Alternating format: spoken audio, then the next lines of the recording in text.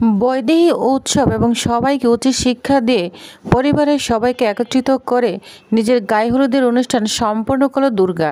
Happy river 70 দেখা যাবে আজকের পর্বে। বিস্তারিত জানতে ভিডিওতে একটি লাইক দিয়ে পুরো ভিডিওটি দেখতে থাকুন। গল্পের শুরুতেই আমরা দেখতে পাবো দুর্গা তো ক্ষুধায় প্রায় পাগলের মতো হয়ে গিয়েছে। হলুদের তত্ত্ব এখনো আসেনি, সে পাগলের মতো করছে, বলছে এখনো কেন হলুদ আসছে না, আমার পেটে তো ছোচো দৌড়াচ্ছে, আমি আর খিদায় সহ্য করতে পারছি না। এবার থেকে না সিস্টেম সব চেঞ্জ হয়ে যাবে। মেয়ের বাড়ির আগে গায়ে হলুদ হবে, সেই হলুদ বরের বাড়িতে যাবে, কনে যাত্রী যাবে, কোনো বরযাত্রী আসবে না, সব সিস্টেম আমি চেঞ্জ করে দিব। যার শুনে তো অবাক হয়ে যায়। গরিমা বলছে কি বলছিস দুর্গা? তখন বলে হ্যাঁ ঠিক বলছি, দাঁড়া, আমি না এখনও চা পর্যন্ত খাইনি, মালাই মেরে বিস্কুট দিয়ে চা খাইনি, আমি তো থাকতেই পারছি, এখনো তথ্য আসছে না, তার আমি এক্ষুনি ফোন দিচ্ছি। এই বলে রেশবকে ফোন দিতে থাকে। তখন গরিমা বলে কিরে দুর্গা তুই কাকে ফোন দিচ্ছিস? সেমন্তী বলে দুর্গা বল না তুই কাকে ফোন দিচ্ছিস? তখন দুর্গা বলে কাকে আর ফোন দিব, আমি আমার হবু বরকেই ফোন দিচ্ছি। তখন সবাই বারণ করলে দুর্গা কোনো কথাই শুনে না।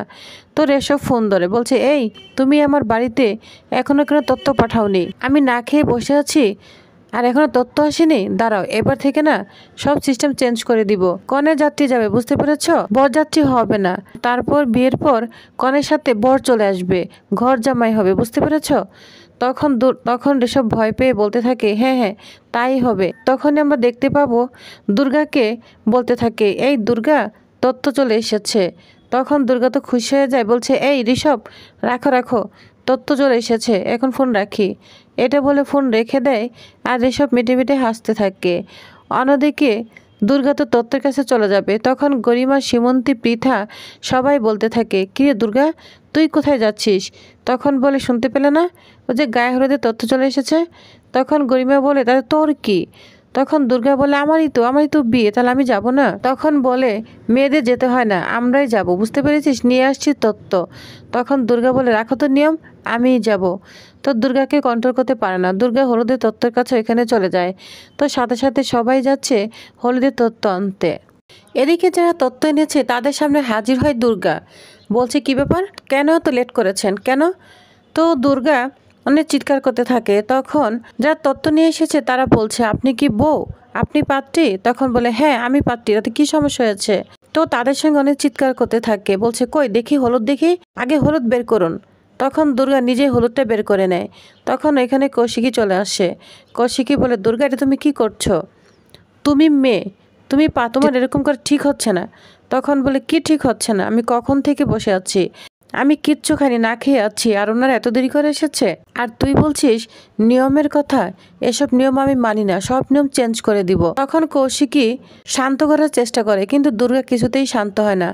তখনই ওইখানে জগদ্ধাত্রী আর স্বয়ম্ভু চলে আসে, বলছে দুর্গা তুই কি শুরু করে দিয়েছিস? যার গায়ে হলুদ সে কিন্তু এরকম করে না, সে চুপচাপ বসে থাকে, যাও তুমি তোমার জায়গায় চলে যাও, গায়ে হলুদের ওইখানে চলে যাও।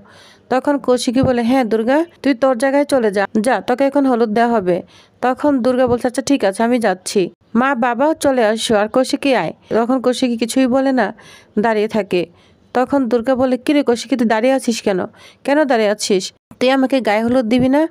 তখন কৌশিকী কোনো কথাই বলে না, মন খারাপ করে দাঁড়িয়ে থাকে। তখন দুর্গা বলে শোন, আমার মায়ের মধ্যে তোর কি কেসটা হয়েছে না এটা আমি জানতে চাই না, কিন্তু তুই আমার কৌশিকী, তুই আমার মার থেকেও আপন, তুই আমাকে যা করেছিস আমার মাও তা করেনি। এই গায়ে হলুদে তুই হলুদ দিবি না, তুই আগে আমার হলুদ দিবি, তারপরে আমার মা দিবে, বুঝতে পেরেছিস? এই জন্য তোকে আসতেই হবে। তখনও দাঁড়িয়ে থাকে কৌশিকী। তখন দুর্গা কৌশিকীর কাছে যে জড়িয়ে ধরে বলে আমার কৌশিকী চল না, চল না কৌশিকী চল। তো কৌশিকী জড়িয়ে ধরে কৌশিকী আদর করতে থাকে, তবুও কৌশিকী কিছুই বলে না। জগদ্ধাত্রীর দিকে তাকিয়ে থাকে কৌশিকী, চোখ ইশারা দিতে থাকে যাবে না। তখন জগদ্ধাত্রী বলে দুর্গা তুমি এমন করছো কেন, যাও, যদি কেউ যেতে না চায় তাহলে তাকে জোর করে নেওয়া যায় না দুর্গা। তখন বলে তুই চুপ কর, আমি জানি না তোদের মধ্যে কি ঝামেলা হয়েছে, কিন্তু আমার কৌশিকী আমাকে গায়ে হলুদ দিবেই। এই বলে জোর করে কৌশিকীর হাতটা ধরে হলুদের বাটি থেকে হলুদ নিয়ে নিজেই হলুদ মাখিয়ে নেয়, যা দেখে সবাই তো অবাক হয়ে যায়। তখন বলে দেখলি দিবি না আবার, যার যার অধিকার না নিজেই আদায় করে নিতে হয়। আমার কৌশিকী আমাকে গায়ে হলুদ দিবে না, এটা হয়? তখন দুর্গা ইমোশনাল হয়ে পড়ে, কান্না করতে থাকে, বলছে আমার ভাগ্যটাই খারাপ, আমার বিয়ে আর আমার বিয়ের মধ্যে সবাই ঝামেলা পাকিয়ে বসে আছে। আমার মার মধ্যে কৌশিকীর, ওই যে ফুলটুসি, আমার ঠাম্মা, ওই যে খুড়োমশাই সব ক্যাজা করে বসে আছে। কেন এমন হচ্ছে? আমার বিয়ের মধ্যে এরকম হতে হলো? এই বলে দুর্গা কান্না করতে থাকে। তখন কৌশিকী দুর্গার কাছে চলে যায়, বলছে চল আমি যাব। তখন দুর্গার চোখে জল মুছে দিয়ে কৌশিকী দুর্গার সঙ্গে চলে যায়। এদিকে জগদ্ধাত্রী, স্বয়ম্ভু সবাই চলে যায় দুর্গার সঙ্গে। তো সবাই মিলে দুর্গাকে গায়ে হলুদ দিতে থাকে, নাচে গানে মেতে উঠেছে সবাই। এদিকে লিলিপুটও তো ওই বাড়িতেই আছে ছদ্মবেশ নিয়ে। তখন বেদ বসু ফোন দেয় লিলিপুটকে, বলছে সব ঠিক আছে? তখন বলে হ্যাঁ সব ঠিক আছে, কোনো চিন্তা করবেন না, কারণ আজকে আগ্নেয়গিরি হবে, অনেক ফাইট হবে, ভারতের স্তূপে দাঁড়িয়ে থাকবে জগদ্ধাত্রী, এটা বলে হাসতে থাকে বেদ বসু। অন্যদিকে ফোনটা রেখে দেয় টিটু। তখনই আবার ফোন দেয় সঞ্চিত ব্যানার্জি। সঞ্চিত ব্যানার্জি সে একই কথা বলতে থাকে, সব কিছু ঠিকঠাক আছে কিনা? তখন বলে হ্যাঁ সব ঠিক আছে। তখন সঞ্চিত বলে আমি সন্ধ্যার সময় চলে আসছি। তখন টিটু বলে হ্যাঁ অবশ্যই চলে আসবেন, বরের মামা আর এখানে আছে কনের পিসি, জমে যাবে। তখন সঞ্চিত বলে হ্যাঁ সন্ধ্যাবেলায় হবে আসল খেলা, ভারতের স্তূপ হবে, জগদ্ধাত্রী মুখার্জি এবার শেষ হয়ে যাবে। তো এটা বলে ফোনটা রেখে দেয় সঞ্চিত ব্যানার্জি। অন্যদিকে দেখা যায় দুর্গাকে তো সবাই হলুদ দিচ্ছে, সবাই আনন্দে মেতে উঠেছে। বেদ বসুর বউকে ফোন দেয় বেদ বসু, বলছে তুমি কি করছো? তখন বলে হ্যাঁ এখানে গায়ে হলুদ হচ্ছে, এখানে আছি। তখন বলো শোনো, তোমাকে না বিয়ের তত্ত্বর দায়িত্বটা নিতে হবে। যা শুনে বেদ বসুর বউ বলতে থাকে কেন আমাকে দায়িত্ব নিতে হবে? তখন বেদ বসু বলতে থাকে ওইখানে অনেক ফায়ার আর্মস রয়েছে, বুঝতে পেরেছো? যা শুনে তো অবাক হয়ে যায়, বলছে কি বলছো, তোমার কি মাথা খারাপ হয়েছে? তুমি এই বিয়ে বাড়িতে এগুলো ঢোকাবে তো কি হবে, বুঝতে পারছো একবার? তখন বলে এটা নিয়ে তোমাকে চিন্তা করতে হবে না, আমাদের সমস্ত প্ল্যান সাজিয়ে রাখা আছে। বিয়ের দিন সন্ধ্যাবেলা ওইখানে সঞ্চিত ব্যানার্জি আসবে এবং এবং লিলি টিলি এবং তুষার তীর্থের সমস্ত টিম আসবে, গুরুতর অপরাধীরা আসবে, বুঝতে পেরেছ? সবাই আমরা ঘিরে রেখেছি, তুমি শুধু দায়িত্ব নিয়ে আগ্নেয়াস্ত্রগুলো একটা নিরাপদ জায়গায় রেখে দিবে, আমরা আসব আর তুলে নিব। তখন আমরা ভারতের স্তূপ গড়ে তুলব, বুঝতে পেরেছ? ওইখানে ভারতের স্তূপে দাঁড়িয়ে থাকবে জগদ্ধাত্রী। এইবার জগদ্ধাত্রীর মৃত্যু হবে। যার শুনে তো ভয় পেতে থাকে বেদ বসুর বউ। তখন ফোনটা রেখে দেয় বেদ বসু।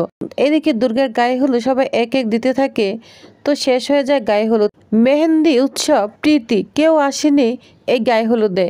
তখন গায়ে হলুদের শেষে দুর্গা যখন উপর থেকে পানি ঢালবে তখন বলে দাঁড়া, এখনই পানি ঢালবি না, বুঝতে পেরেছিস? কিছু কাজ অপূর্ণ আছে, এটা আমাকে পূরণ করতে হবে, দাঁড়া। এটা বলে দুর্গা উঠে যাবে। তখন গরিমা, কৌশিকী সবাই ডাকতে থাকে, বলছে দুর্গা এভাবে উঠে যেও না, একটা শুভ অশুভ বলে কাজ আছে। তখন দুর্গা বলে শুন, শুভ অশুভ আমি বুঝি না, আমি বুঝি আমার হলুদে পরিবারের সবাই থাকবে, আমি সবাইকেই দেখতে চাই। এই বলে দুর্গা ওইখান থেকে বৈদেহীর রুমে চলে যায়। তখন দুর্গা বৈদেহীর ওইখানে চলে এসেছে। এখানে এসে দেখে তার গুবলু বুড়ো, প্রীতি, উৎসব, মেহেন্দি সবাই দাঁড়িয়ে রয়েছে। বলছে দুর্গা এসে বলে যে সব টিম এখানেই আছে। বাহ, তোমাদের বাড়ির মেয়ে, তোমাদের চোখের মেয়ে দুর্গা বাড়ির মেয়ে বিয়ে হচ্ছে আর তোমাদের কোনো পাত্তা নেই, তোমরা আমার গায়ে হলুদে থাকছো না। তখন মেহেন্দি বলে শোনো, আমরা কেউ তোমার গায়ে হলুদে পার্টিসিপেট করব না। তখন উৎসব, প্রীতি সবাই একই কথা বলতে থাকে। তখন দুর্গা বলে এই অপ্রীতিকর খুড়োমশাই কেউ ক্যাচডা করবে না, বুঝতে পেরেছিস? তাহলে কিন্তু মেরে। তখন বৈদেহী বলে তুমি কেন বুঝতে পারছো না, আমরা কেউ যাব না, আমার জুতোও যাবে না তোমার বিয়েতে, বুঝতে পেরেছ? তখন দুর্গা বলে ঠাম্মা তুই তো জুতা দেখাচ্ছিস, তুই তো জানিস আমার জুতার মাপ কত। তখন বৈদেহী রাজনাথকে বলে রাজনাথ দেখেছ ও কি বলছে? তখন রাজনাথ বলে দুর্গা তুমি ভদ্র ভাষায় কথা বলো, তুমি এরকমভাবে কথা বলতে পারো না। তো রাজনাথ মুখার্জির খারাপ আচরণে দুর্গা অনেক কষ্ট পেয়ে যায়। তো প্রিয়বাস, তাহলে আপনাদের কি মনে হয় উৎসব, মেহেন্দি, প্রীতি সবাইকে নিয়ে একসাথে গায়ে হলুদ করতে তো কি হতে চলেছে নেক্সট আকর্ষণীয় পর্বে জানতে ওই সময় সাথেই থাকুন। ধন্যবাদ।